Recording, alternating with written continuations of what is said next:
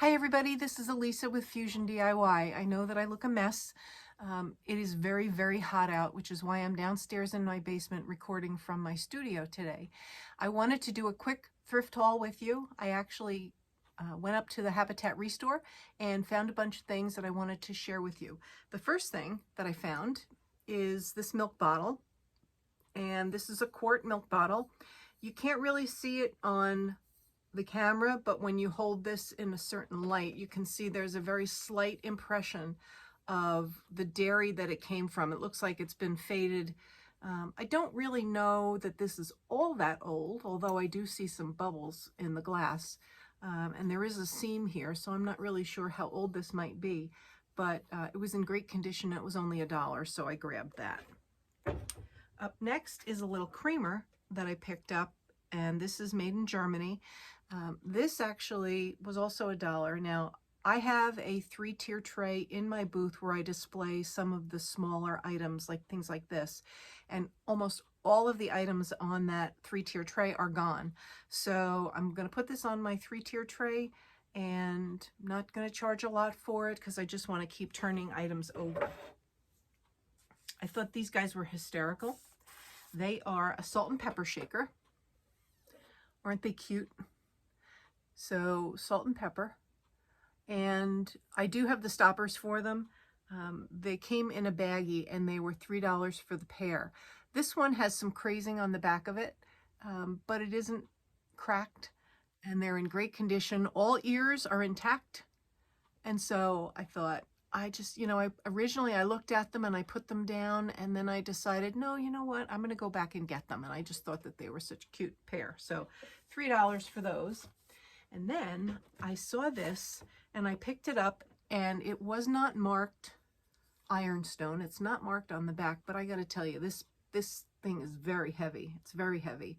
And you can tell it's a really good quality. I believe that it is ironstone, and it was $3. There's no chips, no cracks, nothing in it. I ran my finger over it a couple of times, and it's in terrific condition. So this will definitely find its way into my booth. I don't collect ironstone because I just don't have the room for it, but I think it's beautiful, and I'm sure somebody will really enjoy that. I also picked up this duck. The duck was $1, and he's ceramic, and he does have a little bit of a chip back here on his tail, but my plan for him is to get some textured paint, mix some baking soda with some black paint and give it a real good texture, and then that will cover that up. And also this part, there's no chip here, it's just that the paint is worn off, but it'll cover over that chip, and then I'm going to white wax it. So this will definitely find its way into a man cave, I'm sure. But for $1, I couldn't pick it up. I couldn't pass it up. And I have to tell you that every time I put anything ducks or birds in my booth, it sells immediately. So that was a good find. I also picked up this ball jar on a candlestick. I don't see these all that often. I know that they were popular for a while. I have one in my bathroom, so I am going to paint this white. If it does not sell in my booth, I'm going to bring it home and I'm going to put it in my bathroom, and I'll use it for cotton balls. So for $1, it was just such a great find. I also found this little, I believe this is a creamer, a cream bottle. It's 1 pint, and it is Harbison's dairy. I don't know if any of you are familiar with that dairy. If you could tell me where it came from, that would be wonderful. I'm going to do some research on it. I just haven't had the chance to do that yet, but it's really in great condition. There's no chips, no cracks, and the top is intact. I don't know the age of something like this. I don't know if you can see that. There's like little dots around the neck, probably to hold the cap on, but like right there is one. And there's another one. It is in beautiful condition, and so I will also price that and put that in my booth. I may paint this white and just distress it back a little bit, but I just thought it was such a great little find. For $1, I was not passing that up, that's for sure. I also found, and I when I originally found this, I passed it up, and then I went back and I thought, you know what? I think I'm going to get this.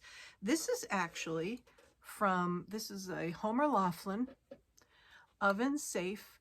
I believe the brief amount of research that I did on it says that it's a custard cup, and it's got a lid, and the lid is in fabulous condition. It is very dirty, I will tell you that, but it is in excellent condition. There's no cracks, no chips. This was $3, and I love the color. I love the color, and I know that somebody out there has this collection and they are looking to add to their collection. So hopefully they'll be able to look in my booth and find it. So I thought that was a great find as well. I also picked up a terracotta pot. These are always good to have. I paint them or I decoupage them.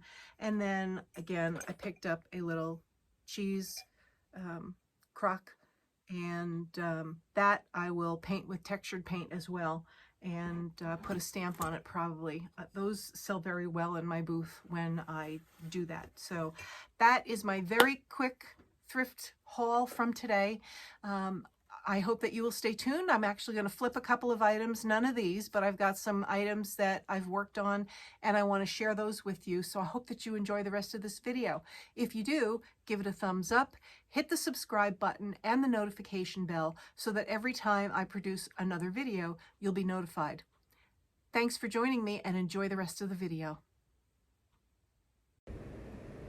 So my first project today is a cheese grater that I picked up at a thrift store. I believe I only paid $1 for it, and I wanted to try to age the cheese grater. I've never done that before, although I've seen other people do it by using cinnamon. And so here I am spreading around some of the cinnamon. I actually took the cinnamon and poured it into a separate container, but that made it difficult to get out of the container. So then I just went ahead and took the can, or the cinnamon container itself, and I started to sprinkle on the cinnamon. And I was anxious to see what it would look like when it was dried. But here now I'm going back through and I'm doing all the other sides as well. And I'm going to spread the cinnamon on. This was really a fun project. It really didn't take long at all.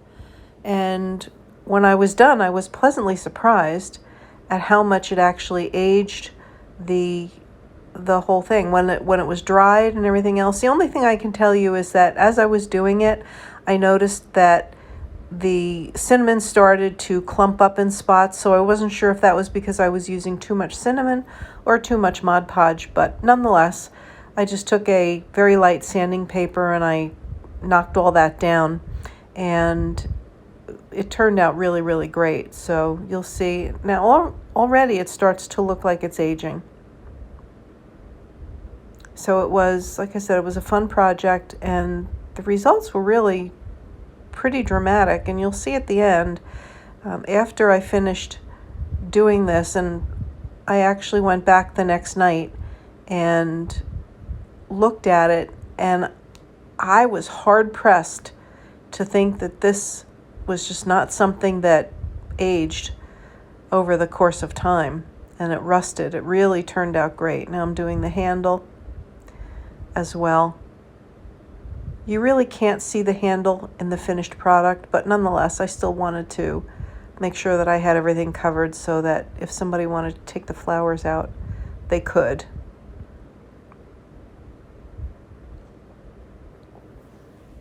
So that's it. I just let it dry, and then I will show you once it's all done what it looks like. That's dry. Doesn't that look great? And here it is with flowers in it. So that's the finished product, and it is in my booth.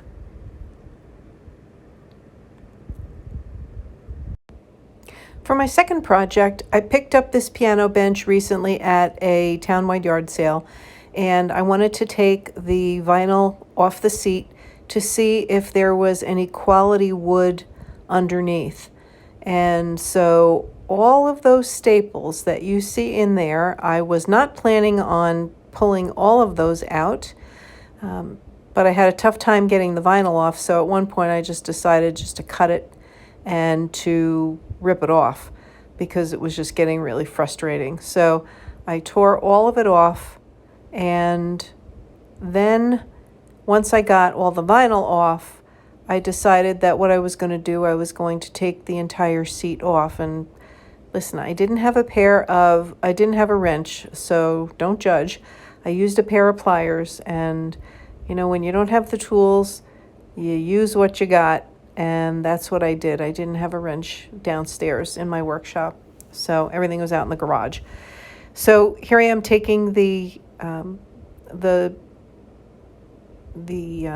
nuts off of the screws, and then I'm going to pull the bench off, and which will make it easier to recover. Now, unfortunately, there was not a nice piece of wood under there. It was particle board, and I was hoping that there would be a nice piece of wood that I could simply paint or put a stencil on it, but that was not to be. So I picked out this fabric that I picked up at Walmart. I just thought it was a real pretty fabric, and I was going to cut the fabric so that it fit the bench. And you know me, I like to turn my raw edges under. I don't like to have the raw edges exposed, but I will tell you that this turned out to be quite the chore, because the wood that made the bottom of that seat was so incredibly hard. And you're going to see I'm going to struggle with trying to get the stapler to staple into that wood. It was extremely hard wood, and it just really did not work for me. I had to constantly go back and pull staples out and restaple. So I ended up having to take all of the staples that were on there from the manufacturer. I had to go around the whole seat, and I had to take all the staples out. Let me tell you, that was a time-consuming job, and it was very frustrating. See, there I am pulling out more staples because they went in crooked, and so it was just a very, very frustrating project. So I'm very glad that it's over. What I ended up doing, as I said, I took out all of the staples, and then there was just a very, very short, maybe a quarter of an inch space in between where that hardwood stopped and where the particle board extended. So after I finished that, I decided I need a break. So I'm going to go and I'm going to give this piano bench a coat of Dixie Belle Slick Stick. And I really like this because it gives some grit so that when you do go and paint your project, your paint has something to adhere to. So I'm going to give it a coat of Slick Stick, and I'm going to just let it dry overnight, and then I will come back and I will give it another coat, or I'll give it a coat of paint the next night. But you can see here that I'm just going through it with a chip brush, and hindsight, I probably shouldn't have used a chip brush. I probably should have used a better quality brush. But the next night I came back, and here I am using the Country Chic in white, and I'm using my Klingon brush. It's an S50, which I absolutely love. And this was the first time that I was using the Country Chic paint. So what I did was I sprayed down my brush and started to work. And I will tell you that the Country Chic paint is by far the nicest paint that I have used. I used to be a Dixie Belle girl, but this paint is a little bit thinner. It's a little bit easier to use. It does not require you spraying down your piece as often. So I gave it, I believe, 2 coats of the Country Chic paint, and it really gave it such a nice finish. It really looked great. I was really happy with it. So I came back the next night, gave it another coat, and then what I did was actually I came back and then sanded down some of the brush strokes. That was because I used the chip brush, and I shouldn't have done that. But I used, I believe, 150 grit sandpaper and just very lightly sanded down some of the brush strokes out of there so that they weren't so obvious. And I did that on all 4 sides.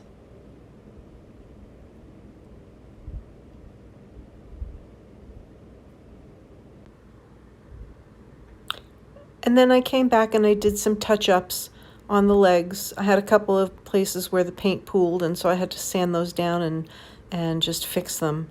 And here is the finished project.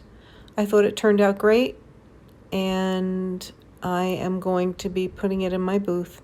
I just thought it was, the fabric is beautiful, and this actually, the camera lighting washes out the bench a little bit, the fabric and the bench, but it's more vibrant and just really, really pretty. So I was happy with it, and I'm glad that was over. For project 3, I picked up these picture frames at a thrift store, and I think I paid $1 each for them. And I really wanted to give them a very heavily distressed look. And so here I am, I'm wiping them down. I used some crud cutter just to clean them and to get the oil off of them, from your hands, and just clean up any dust or dirt that might have accumulated on them.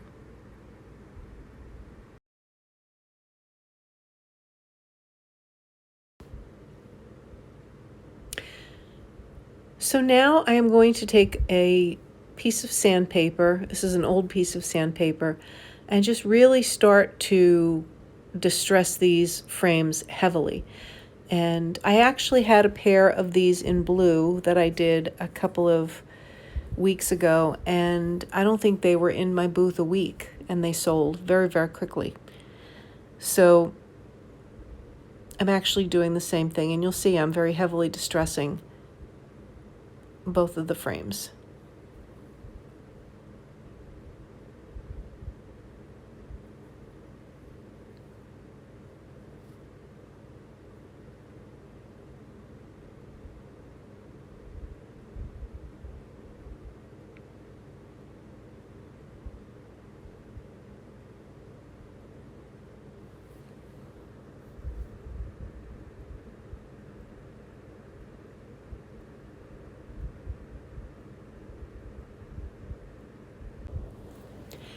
Now, because I'm not going to be putting the glass back into the frames, I am going to need something to use as a back for the transfers that I'm going to use on this project.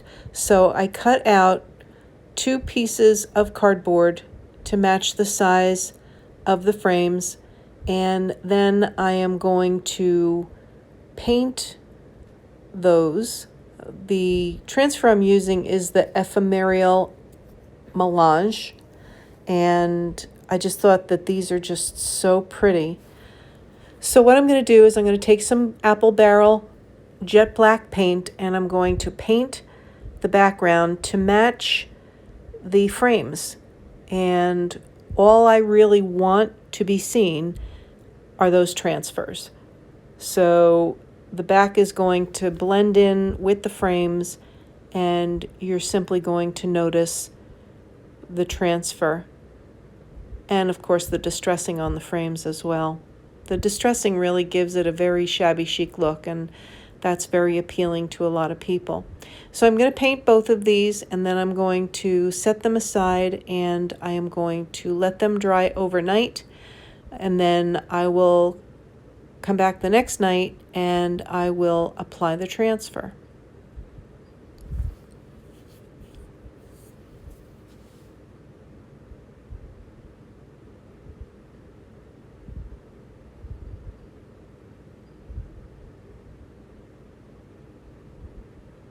So now that the cardboard is dry, I'm actually adhering my transfer, and I'm using the transfer tool that comes with every pack of transfers every time you purchase them. And that grid sheet just helps you make sure that you're putting things on straight and level, and it's such a great tool to use. Now these are just they adhered so easily and so well, and it took almost no time at all. to put these transfers on. It's a very simple process. If you haven't used transfers in your projects yet, oh my goodness, you need to get some transfers because they will just jazz up anything that you do and make them look amazing.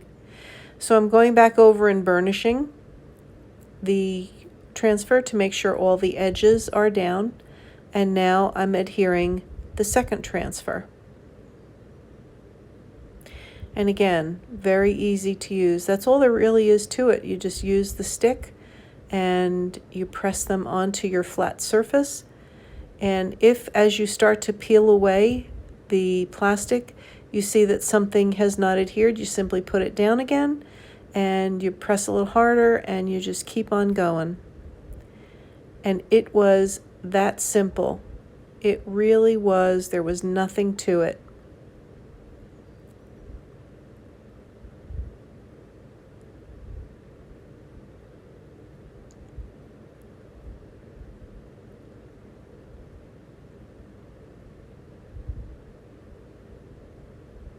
And again, I'll go back and burnish to make sure all the edges are down.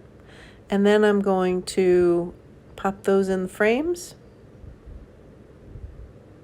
And I'm going to put the back on.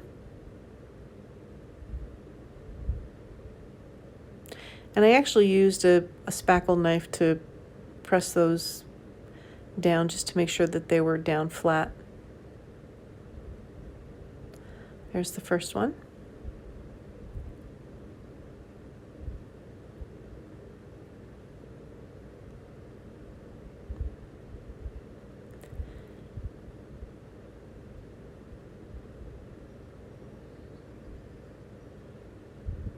And then here is the second one. Now I will tell you that I put these in my booth and they sold within a week. So that was a fun project. My next project is a napkin holder that I picked up at I believe it was a yard sale, or maybe it was up at the Habitat Restore, I can't remember. But it had a Christmas theme to it and I wanted to use it for the summer. So I sanded off the ducks because I didn't want them to stand out underneath the paint.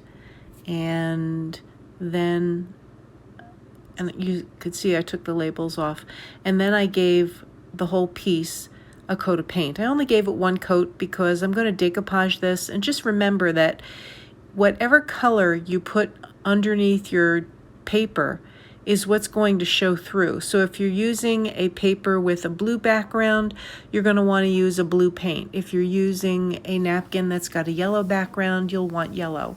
In my case, this was a white background, so I used the white paint.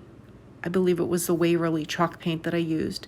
So here I am, I'm actually cutting down the napkins, and what I did was I separated, these were 3-ply napkins, and I actually separated them so that I had only the top ply that I was working with. And I used my Mod Podge, spread it out all over the side of the napkin holder, and then I took my napkin and I placed it, I don't want to say I stretched it, but I held it very tight and placed it on the napkin holder. And then I press down the sides and just try to get out any wrinkles. You don't have a whole lot of working time with Mod Podge, but you can get it done. So I smoothed out as best as I could any wrinkles and moved on to the next pieces. Now here I'm matching the pattern as much as I can. And same thing, I'm just pulling it a little bit tight and then pressing down where I had the Mod Podge and going back and adding Mod Podge to glue down the rest of the napkin. And sometimes you will have to just kind of make things work, and you're not always going to be able to match patterns perfectly. But as much as you can, you know, try to match so that it doesn't look so obvious where you have a seam. The seams pretty much disappear once you've gotten everything glued on and you've got your final coat done. But it's always good to try to match up as best as you can so that you don't have obvious seams. And when I did this, you couldn't really tell that there were seams there. So now I'm actually going and I'm going to turn under some of the pieces for the bottom. I'm not going to cut all the way off, but I did cut them down a little bit. And then I wanted to work on the handles, and the inside, but I figured I'd do the inside first and then I would work on the handles. So you can see here that again, I'm putting down the Mod Podge, and if there were places where I needed to go back and correct or re-glue something, that's what I did as I went through it. I could have stopped there. I thought it was pretty, but I wasn't ready to. I felt that I wanted to do the inside as well, and the handles, so it was completely covered. So there you could see I was just pressing down the inside of the handle, the decoupage paper that covered over the opening of the handle. So now and I apologize that this is out of frame a little bit. I have to remember when I'm doing things to check and make sure that I am in frame. So I'm going and I'm actually Mod Podging the paper onto the handles. And then once it's a little bit more dry, I'll go back and I'll make the cuts in the handles, and I will remove the insides of the handles as well. But I wanted to wait because if I did that now, it would be a little bit too not dry yet, and it would be too hard to cut out the insert pieces. So you can see there's still the paper over it. So now I'm doing the inside, and again I'm trying to piece it as best as I can. I flipped it over and I'm doing the other side now.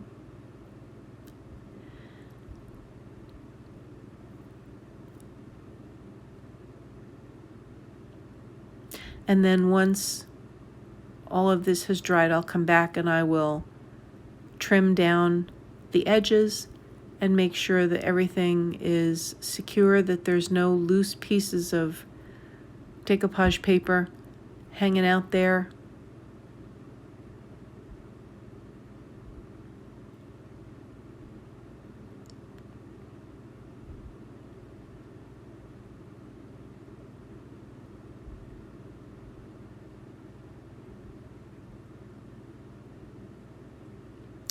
These napkins I actually picked up at the grocery store, of all places. And I absolutely love this pattern. I just think it's so, so pretty.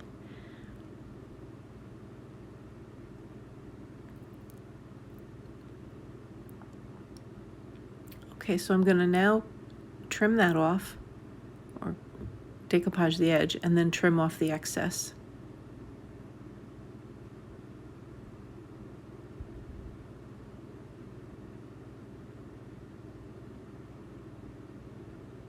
And really, once it's down, you can't really tell that there is the seam there.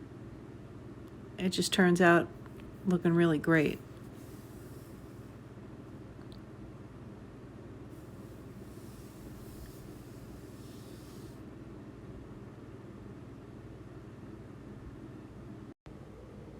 So here is the finished product. And I will tell you that I put this in my booth, and the following week when I came back, it had been sold. So someone has loved it as much as I did.